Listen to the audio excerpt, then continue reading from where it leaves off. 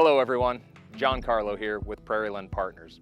As part of our vision, which is look forward, adapt often, and lead always, we're excited to bring you a series of videos where we highlight technology and customer experience with precision ag and the latest and greatest technology from John Deere. We're here today with Taylor Nelson, and he will share his experience that he's had with the new 616R and See & Spray Ultimate technology.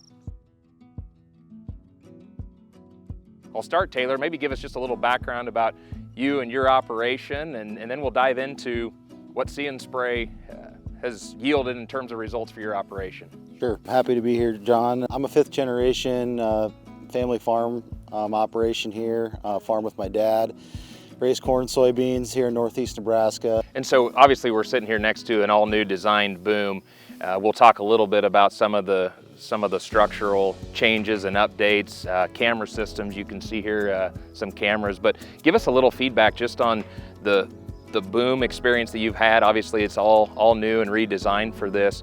The first take I had is from the cab, how well the boom rides. The boom ride is a step change in the right direction. I mean, it's so smooth, and that really helps the camera performance when you can look out, and even though the chassis might be experiencing some undulation as you go through the field, when that boom can stay steady, it helps the camera do a lot better job. So from that standpoint, it was really reassuring to see the quality there. Structurally, with this new carbon fiber boom and the truss style design, we're really happy with the strength that we saw. We had no structural issues from that standpoint.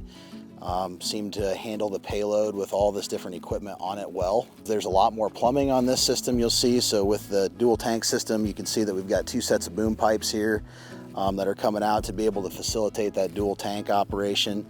And so all that seemed to work pretty well. One of the challenges with that though is, as you can see, this piping is a little bit smaller than what you would see in a conventional sprayer.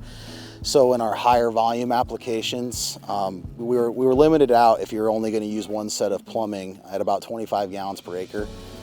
So that's just something that you need to be mindful of if you're going to be See & Spraying and trying to do high volume at the same time, that there is a little bit of limitation there.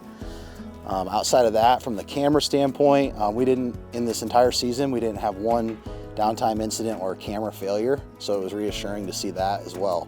We talk a lot about fallback mode, which can be due to height limitations or restrictions. It can be due to dust and limiting the camera's ability to see what's ahead. Give us your feedback and the experience you had with the sprayer going into fallback mode and how much of an impact that had. The most common time that we were seeing fallback was in the center of the machine because of dust being stirred up. In the earlier season when we didn't have as much crop cover, there was a lot more dust being stirred up, and so we did experience, you'll see some striping on our maps, and that was on account of there being some fallback. Later in the season, right in behind the wheels, if there was weeds that would grow in the wheel track, there was a little bit of struggle with the system to be able to spot some of those weeds that were being driven on by the machine before they went underneath the boom.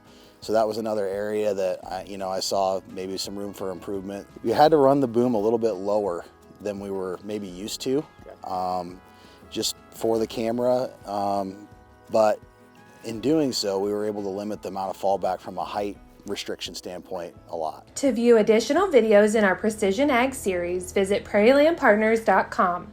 To get more information on products discussed in the video, contact a Prairieland Partners sales representative.